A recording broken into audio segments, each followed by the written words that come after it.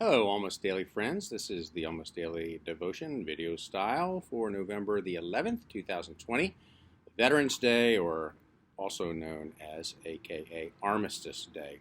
Armistice Day. So, although the Great War didn't officially end until the Treaty of Versailles, which was signed on June 20th, 1919, hostilities temporarily ceased in 1918 when an armistice went into effect on the 11th hour of the 11th day of the 11th month. Now, an armistice is an agreement, it's a truce.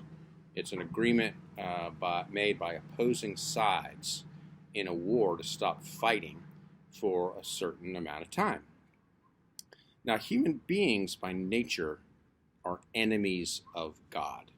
We're at war with God. And you should see Romans 5 if you don't want to take my word for it. By that, I mean we refuse his lordship. We seek self over service. We seek lust over love. We have hubris instead of humility. Like Milton's Lucifer, we agree that it is better to reign in hell than to serve in heaven. So what I'm trying to say is that being a child of God is not a birthright. Being a child of God is a rebirth right. Now, our resistance is so stiff-necked that an armistice won't do, because an armistice requires the cooperation of both parties, and we do not give it that cooperation.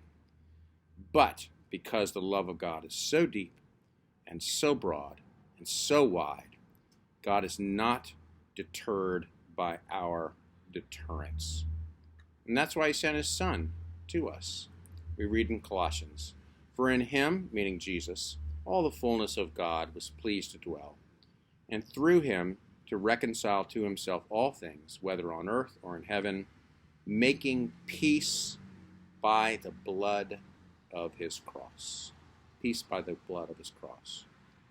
Have you considered that irony right there?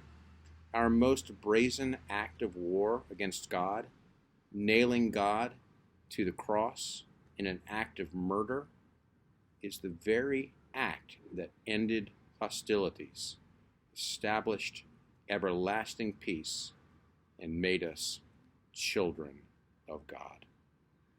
This is a prayer from the Good Friday service.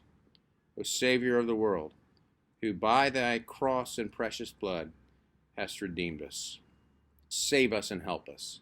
We humbly beseech thee, O Lord. Amen. I'll see you tomorrow.